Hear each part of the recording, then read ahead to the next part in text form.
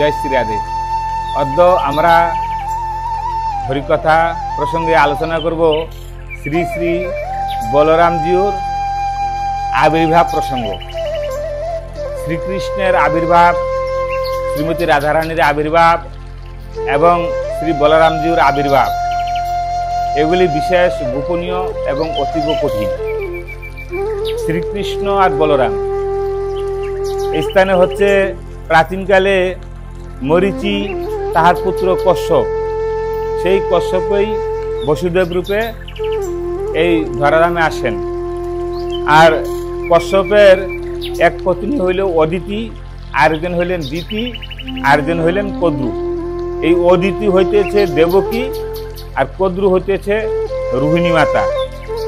আর নন্দ আর যশোদা তারা পূর্বজন্মে ছিলেন সেই ধরা এবং দ্রোণ। ধরা নিজের স্তন বিক্রি করে অতিথি সেবা করেছিলেন, সেই জন্য শ্রীকৃষ্ণ সেই ঋণকে শোধ করার জন্য সেই ধরা হলেন যশোদা মাতা আর দ্রোণ হইলেন বসুদেব। এই বসুদেব এবং দেবকী, ধরা এবং দ্রোণ, বসুদেব আর দেবকী। নন্দ আর যশোদা হইলেন সেই ধরা এবং দ্রোণ, আর বসুদেবকে হলেন সেই কশ্যপেই তপস্যার ফলে বসুদেব হলেন। বসুদেব আর দেবকী তপস্যা করেছিলেন শ্রীকৃষ্ণকে পুত্র রূপে লাভ করার জন্য, সেই জন্য বসুদেব এবং দেবকী শ্রীকৃষ্ণকে পুত্র রূপে লাভ করেছিলেন। আর ধরার দ্রোণ যে তপস্যা করেছিলেন, তাহারা ধরা নিজের স্তন কেটে অতিথি সেবা করেছিলেন, সেই জন্য তিনি শ্রীকৃষ্ণ তাহার ঋণ হইতে মুক্ত করার জন্য সেই যশোদা মাতা রূপে জন্মগ্রহণ হয়ে এবং তাহার সেই স্তনদুগ্ধ পান করে সেই ঋণকে শোধ করেন। আর এই যে রোহিণী মাতা, এখন রোহিণী মাতা সম্বন্ধে আলোচনা করতে গেলে আমাদের প্রথমে জানতে হবে কি উগ্রসেনের একটি পুত্র হইল কংস, আরেকটা হইল দেবকী। এই বসুদেব আর দেবকী যখন বিবাহ সম্বন্ধ স্থাপন হয়, তখন কংস মহারাজ তিনি তাহার বোনকে নিয়ে যাচ্ছিলেন রথে করে। যখন এই দৈববাণী শ্রবণ করেন অষ্টম গর্ভের সন্তান তাহাকে বধ করবে, তখন তাহাদেরকে কারাগারে শৃঙ্খলাবদ্ধ করেন। অতঃপর 6 পুত্রকে সেই নিধন করে সপ্তম পুত্র হলেন আমাদের বলরাম।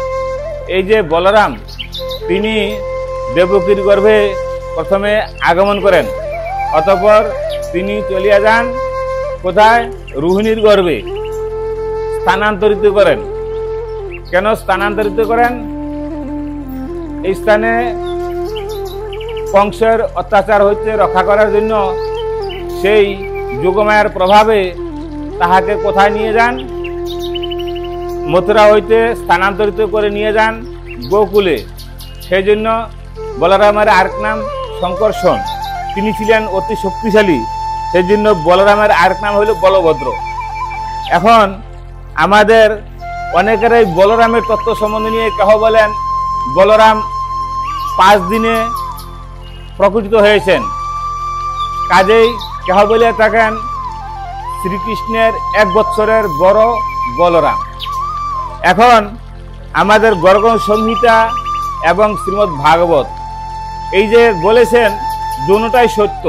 শাস্ত্র কখনো মিথ্যা বলে না, শাস্ত্রের কথা কখনো মিথ্যা হয় না।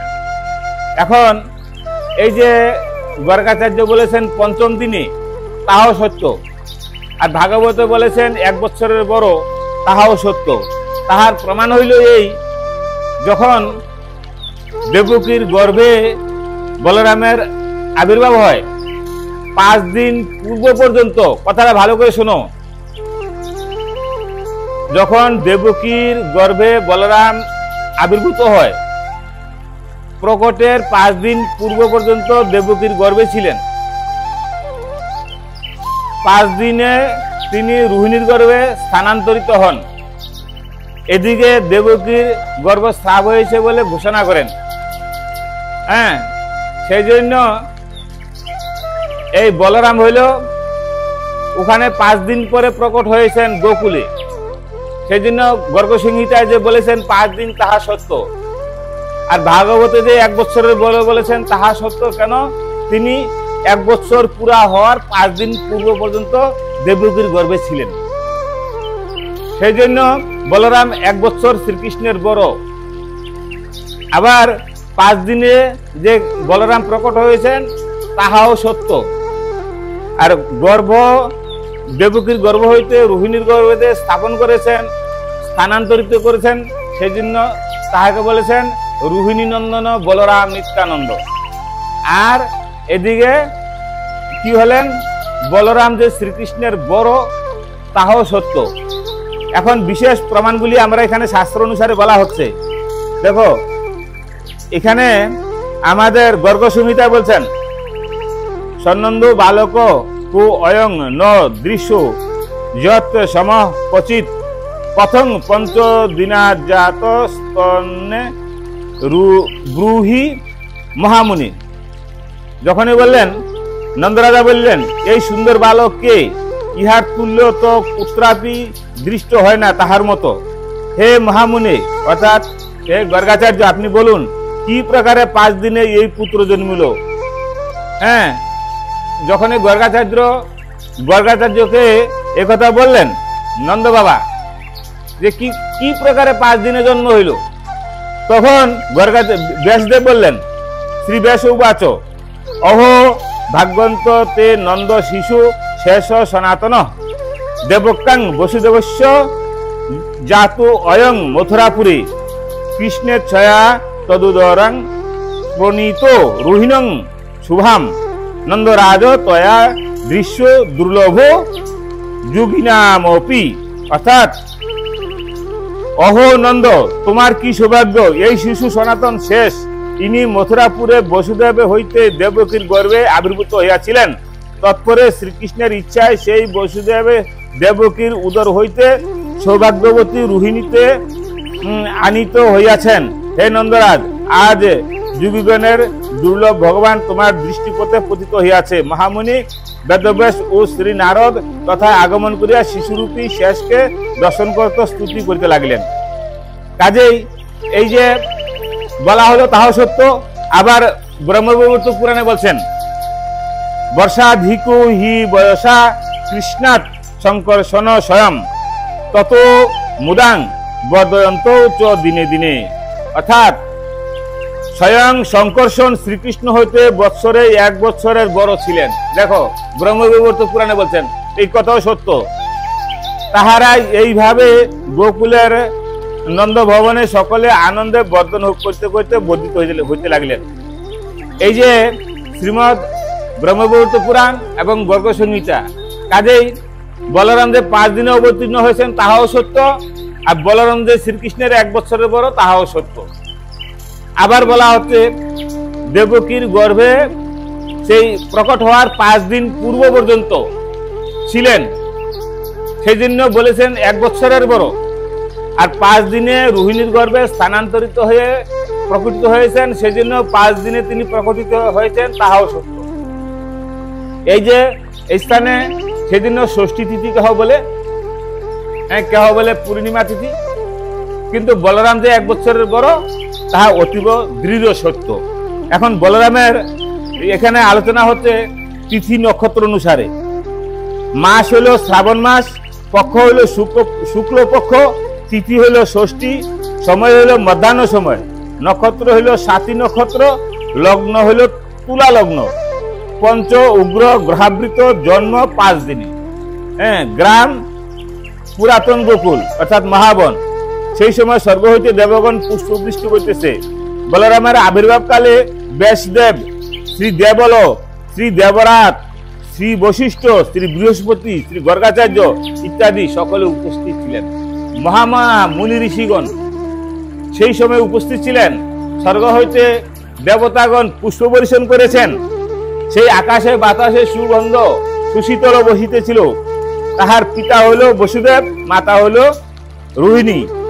আর পিতৃমিত্র হইল শ্রীনন্দ মহারাজ, ভ্রাতা কৃষ্ণ, ভগিনী সুভদ্রা দেবী, পত্নী হইল রোহিণী দেবী। এই যে বড় মাতা হইল যশোদা মাতা, এই যে রোহিণী দেবী